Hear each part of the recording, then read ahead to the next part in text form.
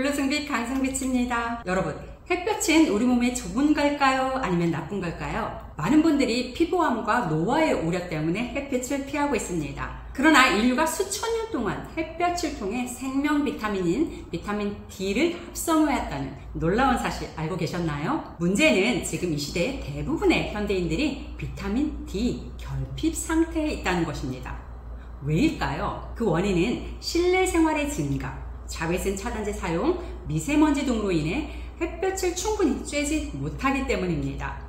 우리 아이들은 아침부터 형광등이 켜져 있는 교실에서 공부하고 실내에서 운동을 하며 저녁 식사도 형광등 아래에서 합니다. 성인 역시 낮에도 실내에서 머무는 시간이 길고 야근까지 더해져 햇볕을 볼 기회가 거의 없습니다. 여러분들, 이탈리아 메디치 가문 아시죠?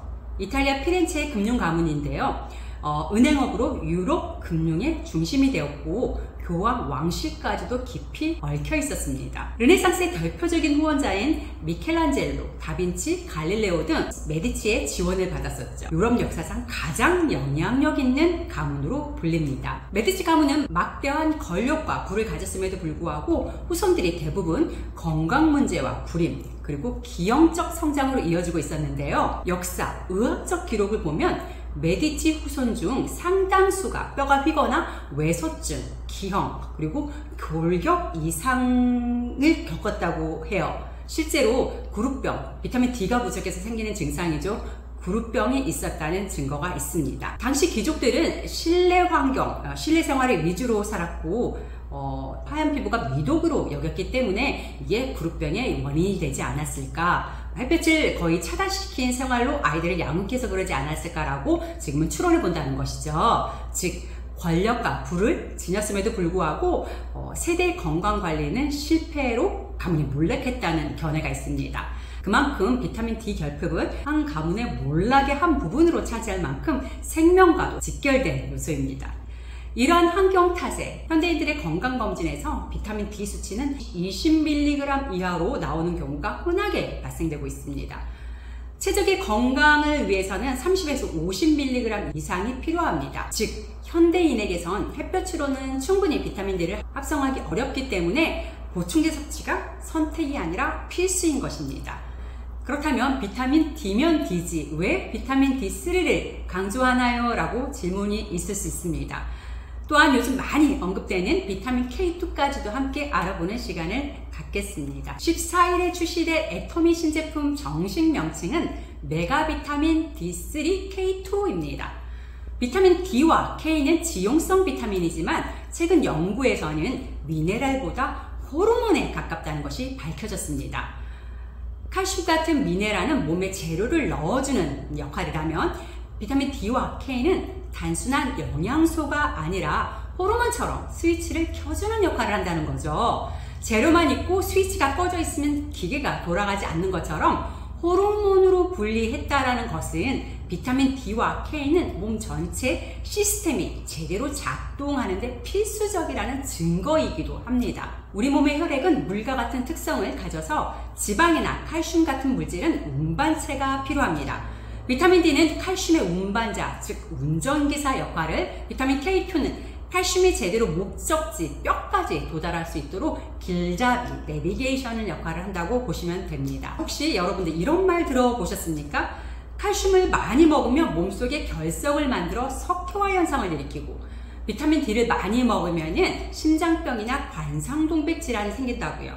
네, 일부 보고된 내용으로 보면 맞습니다. 그런데 이것을 완벽히 해결하는 호르몬을 발견을 한 거예요. 그것이 바로 비타민 K2입니다. 아무리 좋은 칼슘제를 복용하더라도 또는 아무리 좋은 칼슘이 풍부한 음식을 먹는다 하더라도 우리 피 속까지 가지 않는다면 아무 소용이 없다라는 거예요. 왜냐하면 뇌는 피 속에 칼슘이 얼마나 있느냐 없느냐를 가지고 우리 신체를 균형에 맞도록 돌리기 때문에 우리가 먹는 칼슘이 제대로 피 속까지 가게 하는 것, 그것이 매우 중요하다는 사실입니다. 그래서 검사표에 칼슘이 얼마나 있느냐는 중요하지 않습니다. 혈액 속, 즉 혈중 농도가 얼마나 있느냐가 중요합니다. 이 혈중 농도를 채우는 일, 즉 칼슘이 혈액까지 잘 이동할 수 있도록 도와주는 것이 비타민 D입니다. 운전자입니다.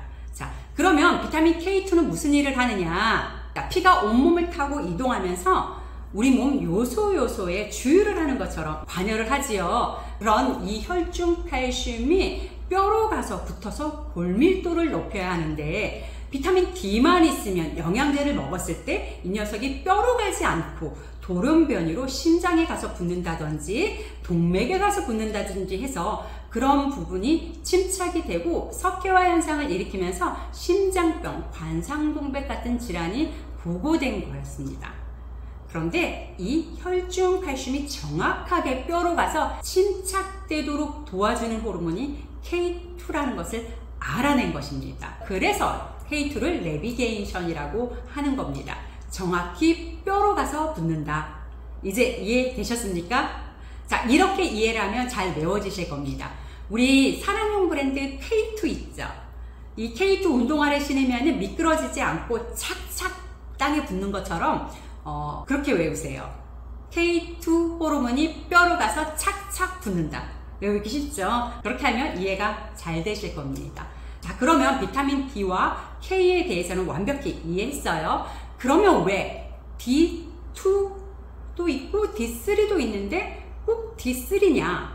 또 K1도 있고 K2도 있는데 K2여만 하는지에 대해서 알아보겠습니다. 비타민 D2는 주로 식물, 버섯, 광황식품에 들어있어서 섭취가 용이하지만 흡수된 후 간과 심장에서 활성형으로 전환되어야만 작동이 되는데, 전환 과정에서 손실이 크고 혈중에서 빠르게 분해돼 버립니다.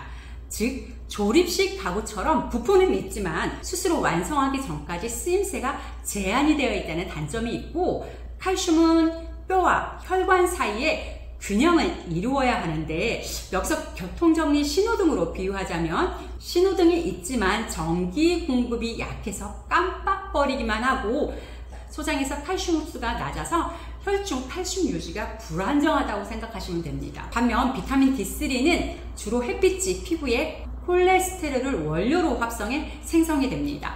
앞서 말씀드렸던 것처럼 요즘 현대인들의 일상에서는 도무지 흡수하기 어려운 햇볕으로의 생성이라 D3는 거의 결핍이라고 보시면 됩니다. 또한 전환 과정을 거치지만 D2보다 훨씬 효율적이고 안정적이며 혈중 농도를 더 오래 유지하면서 활성도로 바로 전환됩니다. 즉 완성형 가구처럼 이미 기본 구조가 짜여 있어서 체내의 활용도가 뛰어나는 장점이 있습니다. 신호등이 밝고 명확하게 작동하는 것이죠. 소장에서 칼슘 흡수를 촉진하고 신장에서 칼슘 재흡수를 돕습니다. 이건 무슨 말이냐면 비타민 D3는 혈중 농도가 30mg 아래로 떨어지게 되면 소변으로 배출하려고 했던 소변 속에 있는 칼슘까지도 끌어올려서 혈중 농도를 맞추려고 하는 거예요. 그래서 재흡수까지 한다 이 말입니다. 연구에 따르면 동일한 용량을 섭취했을 때 혈중 농도가 B3가 B2보다 2배 이상 높다고 합니다. 지금까지는 비타민 D, K는 하나만 있는 줄 알았어요. K1은 혈액 음고와 같은 성분으로 주로 녹색잎 채소에 많습니다. K2는 뼈와 심장, 혈관까지 관장하는 것으로 골다공증 예방을 위해서 먹었던 칼슘으로 인한 2차 질병을 예방해주는 역할을 합니다. 그렇다면 왜 K2가 부족해졌을까요? 과거 우리의 식단은 발효식품과 목초를 먹인 가축식품들이 많았지만 지금은 사료를 먹인 가축으로부터 현대에 들어와서는 식습관이 달라졌습니다. 패스트푸드, 가공식품, 그리고 공장식 사육 방식으로 인해서 K2 섭취가 현저히 줄어든 것입니다. 자, 그래서 지금 학계에서는 K2가 단순히 보조 영양제가 아니라 단독으로 섭취를 할 필수 영양소로 격상시켜 놓았어요. 이미 유럽, 미국, 일본에서는 K2에 관련 임상 연구가 수백 건 이상 쏟아져 나오고 있고요. 앞으로는 그 흐름이 더 가속될 것 같습니다. 자, 비타민 K1은 부형 내비게이션이라고 한다면 K2는 AI를 탑재한 신형 내비게이션이라고 보시면 될 것 같습니다. 애터미 메가 비타민에 들어가 있는 K2는 같은 K2라고 할지라도 계란, 노른자 등의 유제품에서 얻을 수 있는 K2가 아니라 나또나 청국장 등 발효에서 얻을 수 있는 K2의 성분으로 형태는 CIS형과 트랜스형이 있는데 더 효능이 좋은 형태의 트랜스형 비타민 K2입니다. 절대 제품 두 번째 역시 애터미입니다. 비타민 K2를 학술 용어로 메나키논이라고 부르는데 가장 흡수율이 좋고 효능이 월등한 메나키논은 나토에서 추출한 성분이라고 합니다. 애터미는 나토에서 생산한 100%의 천연 발효 메나키논을 사용했습니다. 순도 99.9%의 시험 성적서도 함께 제시합니다. 중년이 넘어가면 적어도 3000 IU 이상은 먹어야 한다고 하며 4000 IU까지는 의사의 모니터링 없이도 먹을 수 있는 최고의 함량이며 안전한 양이라고 합니다. 자, 별도로 D3K2를 따로 먹지 않아도 되는 양입니다. 애터미는 4000 IU로 최고입니다. 또한 매일매일 먹어도 되느냐는 질문들도 있으신데요. K1은 반감기가 하루, 그리고 K2는 반감기가 한 3일 정도 된다고 해요. 적어도 3일이면 몸속에 반 이상은 빠져나가는 상태이기 때문에 최소 이틀을 넘기지 않는 것이 좋으니 매일매일 드시는 것을 권장드립니다. 자, 16주간 섭취 시 4000 IU 섭취군들은 가장 빠르게 정상 수치에 오른 후 일정하게 정상 수준을 유지했다면 600 IU 섭취하신 분들은 16주간 보충해도 결핍은 조금 벗어났을지는 모르나 정상 수치까지는 부족한 상태였다고 합니다. 병원에서 비타민 D 주사 마저 보셨어요? 저는 이제 마저 봤는데요. 애터미 메가 비타민 D3K2는 4000 IU이기 때문에 16주간 먹으면 정상 수치로 올린다는 말과도 같습니다. 비타민 D 주사는 한번 맞을 때 제 기억에 18만원 정도 했던 것 같은데 애터미 제품을 섭취 시 석 달에 18,800원이니 25,000원 정도이면 정상 수치로 올릴 수가 있습니다. 18만원짜리 주사 맞으시겠어요? 25,000원으로 안전하게 건강까지 챙기시겠습니까? 자, 출시되시면 아시겠지만 알맹이 사이즈가 콩 말고 파달 사이즈예요. 정말 작은 사이즈로 목넘김도 편하고 주로 지금 가루 타입이 주류를 이루고 있는 시장에서 원가가 더 비쌀 수 있지만 지용성 비타민이기 때문에 흡수율을 높이기 위해서 오일 캡슐 타입으로 출시가 됩니다. 골다공증이 생기는 이유는 칼슘이 부족해서 구멍이 생기는 원인이 아니라 우리 몸에 칼슘이 부족하다고 느끼면 뼛속에 있는 칼슘을 빼내서 급하게 사용되는 부분으로 갖다 써버리기 때문에 구멍이 생기는 증상입니다. 한국인들은 대부분 골다공증 증상이 있어도 치료를 안 하는 비율이 70%라고 합니다. 왜냐면 이것은 치료를 한다고 해서 골밀도를 측정해서 좋아지는 것을 보기 위한 것이기 때문에 직접적으로 내가 무엇이 좋다라고 못 느끼기 때문에 관가해버리기 때문이라는 거예요. 골다공증은 미리 예방하는 것, 지금처럼 3K2만 꾸준히 먹어도 70%는 예방된다고 보시면 됩니다. 우리의 뼈는 한 번 생기면 만들어져서 계속 쓴다고 생각하는데 좋은 거 먹고 관리 잘하면 주기적으로 리모델링을 한다고 합니다. 가장 치명적인 것은 골다공증이 생겨서 골절이 되면 1년 내 사망률이 굉장히 높다고 합니다. 또한 골다공증으로 질병을 얻게 되면 걷지를 못하기 때문에 돌아가시기 전까지 평생 보호자의 도움으로 이동해야 하니까 가족 내 보호자와 경제적인 부분까지도 다른 질병보다 훨씬 많이 든다는 사실도 관가하지 말으셨으면 좋겠습니다. 병원에서 골밀도 검사를 했을 때 매우 약하게 나오신 분들은 칼마디와 메가비타민 D3K2와 함께 터마신을 함께 복용하시고 여건이 되시면 콜라겐과 프로틴도 필수로 드시라고 권장드리고 싶습니다. 또 프로펙타민을 드시고 계시는 분들은 프로펙타민 안에는 권장량이 충분히 들어 있습니다만 골밀도 검사에서 낮게 나오셨다면 적어도 6개월 정도는 D3K2를 함께 드시라고 권장드리고 계절적인 부분에 대해서도 첨언드리겠습니다. 모든 게 충족된 건강한 사람이라도 일조량이 약한 가을에서 늦봄까지는 비타민 D3K2를 꼭 추가해서 드시라고 말씀드리고 싶습니다. 정형외과 의사 선생님들은 말합니다. 100이라는 숫자가 있는데 나이가 들어 당연히 40이라는 숫자가 빠진다고 한다면 100에서 40이 빠지는 것과 50에서 40이 빠지는 것은 빠지고 남은 숫자는 엄청나게 차이가 난다라는 거예요.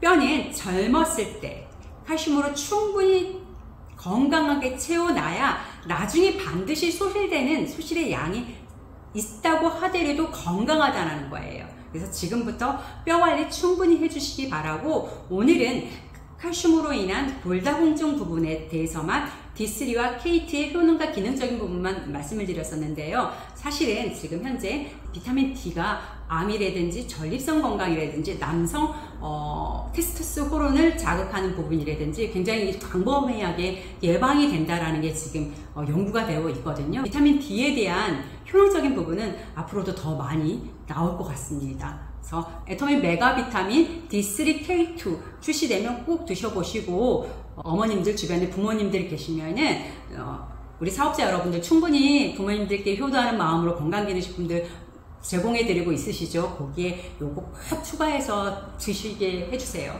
걷지 못한다는 거는 여러 가지 2차적인 질병을 가져다 준다고 하더라고요. 걷지 못하니 움직이지 못하고, 움직이지 못하니 근육이 쇠퇴해주고, 근육이 쇠퇴하니까 뭐 기차적인 이 사이클이 계속 돌아서 결국은 사망까지 이르는데 굉장히 걷지 못하는 게 많은 영향을 준다라는 걸 제가 생로병사의 비밀에서 본 것 같거든요. 그래서 꼭 부모님들한테 효도하는 마음으로 챙겨주셨으면 좋겠습니다. 우리도 반드시 챙겨야 하고요. 저는 오늘 여기까지 하겠습니다. 고맙습니다.